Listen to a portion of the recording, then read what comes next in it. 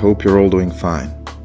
My name is Emin, and I will be your tour guide on this 20-minute virtual stroll through Sarajevo. We recorded this video on a sunny Sunday morning, so you can at least partially feel the soul of Sarajevo. This is the most common walking route in our city for both residents and tourists. And when you visit our beautiful country, I'm sure you will walk through these streets for real. As you all probably know, Sarajevo is our capital. It's the biggest and the most populated city with around 300,000 residents. The city is consisted of 4 municipalities, and this video shows parts of 2 of them, Center and the Old Town. Sarajevo has a rich history and was ruled by many different occupiers, and all of them left their signatures. Most influential ones were Ottoman Empire, who ruled for nearly 500 years, and Austro-Hungarian Empire for around 50 years, which ended infamously. Now let me tell you about the time when Gavrilo Princip killed the Archduke Franz Ferdinand and started the First World War.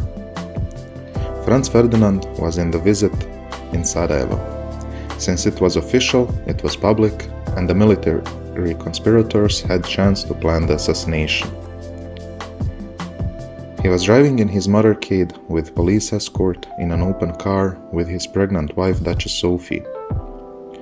They were on their way to town hall when the first assassin tried to kill the Archduke by throwing the bomb under the car. But the bomb rolled away and their first attempt failed. Archduke and his wife arrived successfully to the town hall, and although stressed, they continued the program and attended the town hall reception, after which they headed home in the motorcade. Gavrilo Princip was a plan B of the assassination. He approached the car and shot the Archduke and his wife, killing them both. All 3 of them actually, since she was pregnant. He attempted to kill himself too, but police stopped him and he and his group were all arrested. This event sparked the First World War. Both Ottoman and Austro-Hungarian empires left significant marks in Sarajevo's architecture and Bosnian culture. Ottoman architecture is mostly seen in the Old Town and Austro-Hungarian in the center. Now we are strolling through center, and as you can see, the buildings around us are built in Austro-Hungarian manner.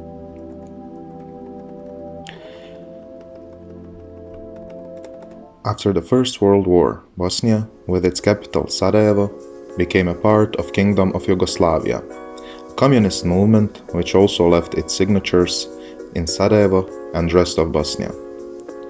As you can see on the town's architecture, it filled the blanks between Ottoman and Austro-Hungarian buildings and spread it to other municipalities. During the Second World War, Sarajevo was under 4-year-long occupation from Nazi Germany, and we are approaching to the memorial to all of those who were killed by Nazis, both partisan military and civilians.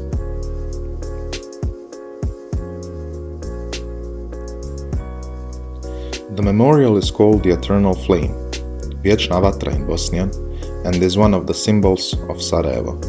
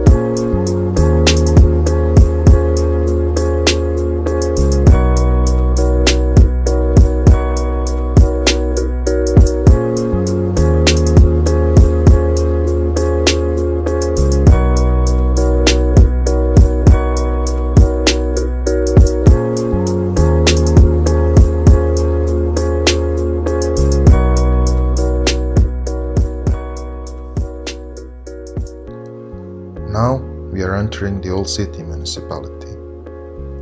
After the fall of Yugoslavia, Bosnia tried to gain its independence and was attacked by Yugoslavia National Army. So war started again. Sarajevo was under the siege for 4 years. We were under a constant attack by grenades and snipers, which killed 14,000 people, from which 5,604 civilians and 643 of them were children. And this is only in Sarajevo. By walking around the city streets, you can see the damaged parts filled with red paint. Those are the places hit by grenades. Bosnia gained its independence on 1st of March, so this Monday we are celebrating our independence since 1995.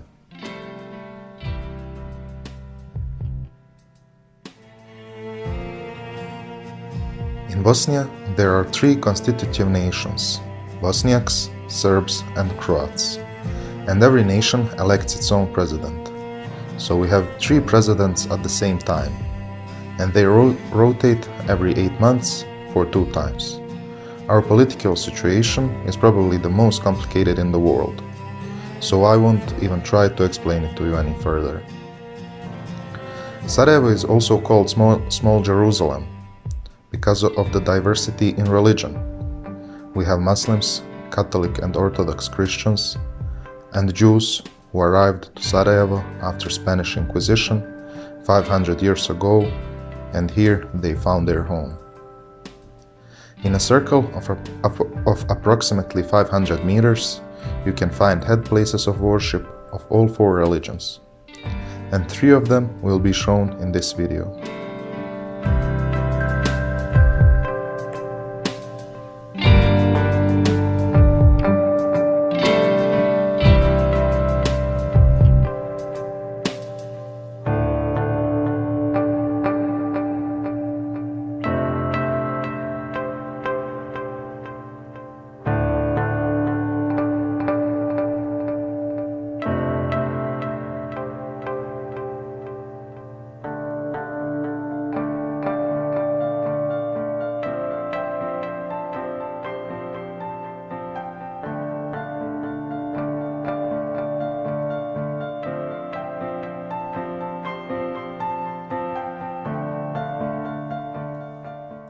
Sacred Heart Cathedral is a Catholic church in Sarajevo. It's the largest Catholic church in Bosnia and Herzegovina, and the seat of Archbishop of Vrhbosna, currently Cardinal Vinko Puljic, and it's built in 1887, in neo-Gothic style, modeled after the famous Notre Dame.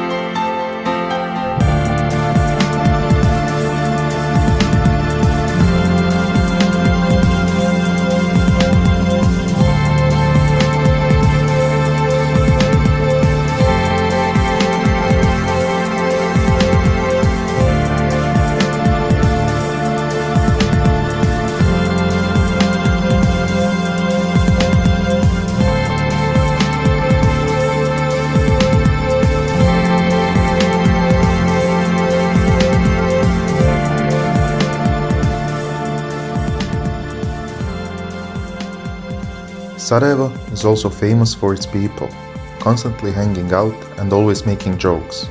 This part is kinda difficult to explain, so let me tell you a story about how a guy once sold a city hall to a tourist. So before the war, the part of the city hall was a library, so a lot of students would study there and hang around. One guy was on a break from studying, standing in front of the city hall smoking a cigarette, when he saw a tourist looking at the building. He saw the tourist was amazed, so he approached him and asked if he would buy the building because he knew the guy who is selling it. Taking him to the library's director, to whom he shortly explained the joke in Bosnian, and the director accepted it. They negotiated for a bit, and he got him the price down from $1 million to $400,000. He gave him the down payment of $10,000 and exchanged contacts. He immediately gathered his friends and they went to Croatia to seaside for a few days. And when they returned, police arrested them, making him return the money. Relevance of the story is unknown, but it's famous joke told between the people.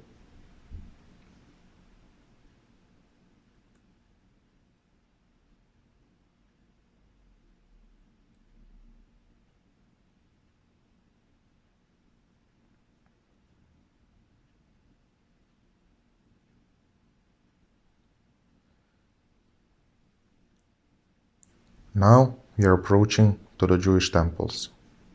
The one on the right is the old Jewish temple and the museum, and the one on the left is their new temple and the gallery.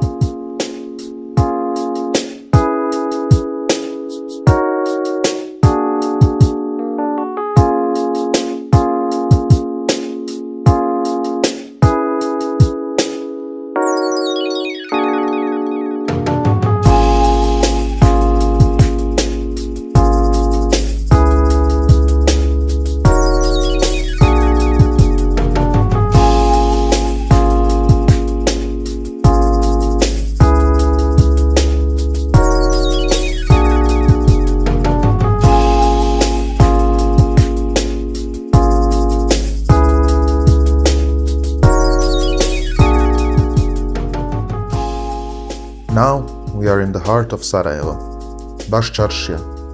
A literal translation of the word Baščaršija would be main marketplace, but for us it is a lot more. It is founded in 15th century when Isabek Isaković founded the city.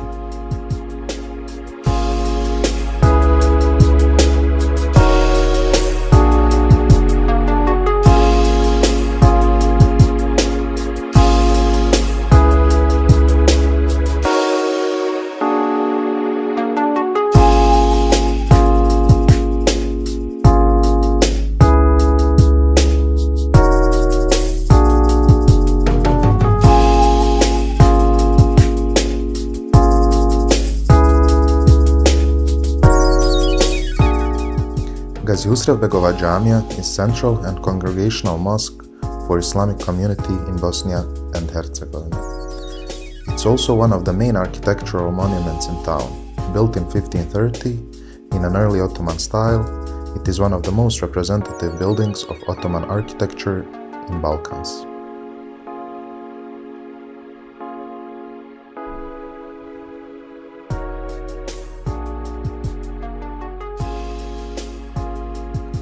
In Sarajevo and most of Bosnia, we are blessed with drinkable tap water, and these drinking fountains are a usual thing to see.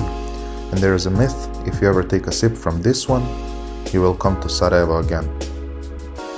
Also, River Miljacka is flowing through the city, inspiring many artists who mention it in their songs and paint in their paintings. Sarajevo is surrounded by mountains, Trebević, Igman, Bjelašnica and Jahorina, allowing us to host Winter Olympic Games in 1984. Infrastructure left behind the Games is now nothing but a tourist attraction, like abandoned bobsled track on Trebević and ski jump ramps on Igman. These are really an amazing sights, so I suggest you Google them. The period from the Olympic Games is still nostalgically talked about. In Bosnia, but especially in Sarajevo, coffee and food play a great roles in our life. A day cannot pass by without having at least one session of drinking Bosnian coffee with your friends, spouse, or family. This session doesn't count if it doesn't last for at least an hour without phones or computers, just talking. We have few specific delicacies which you have to try when you come to Bosnia. I will only mention cevapi and burek for now, and the rest you can discover when you visit us.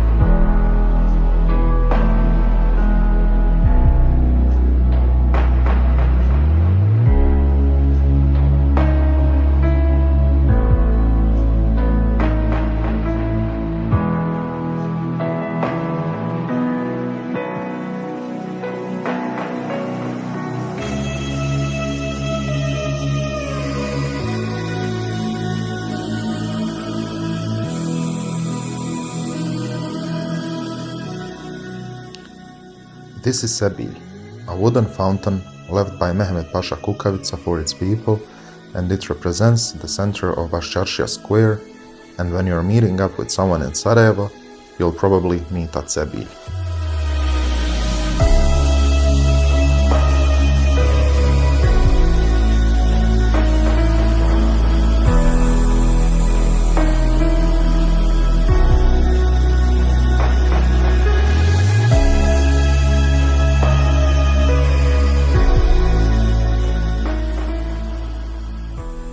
Baščaršija is also known for its craft shops. They have a few hundred-year-long history here. At the same place they are making and selling their products, so while roaming through these streets you can hear the thumping by blacksmiths, smell the coffee and bread from the bakers. You can also see jewelers, clockmakers and many others.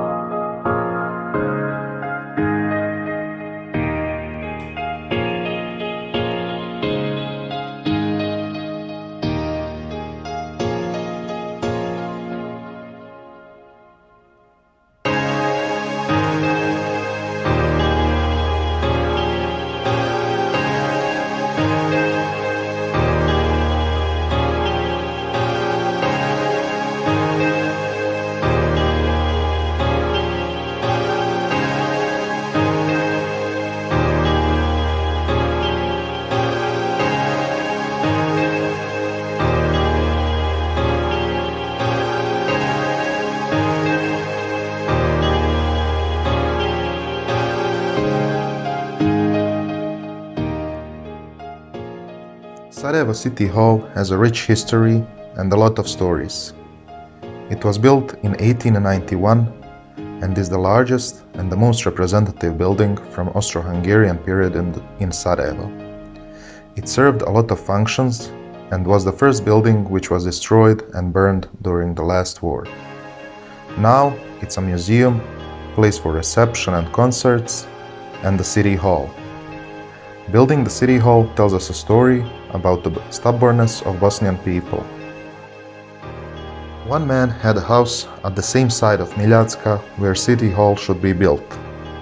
When they wanted to build it, his house had to be destroyed. They negotiated for a long time, offering him big amounts of money, which he refused, and at the end agreed they move his house, brick by brick, on the other side of Miljacka, and this house still stands and has a name, Inat Kuća. Partial translation would be the stubborn house. This is the end of our walk. It was my honor to be your tour guide, and I hope I made you all visit our beautiful country.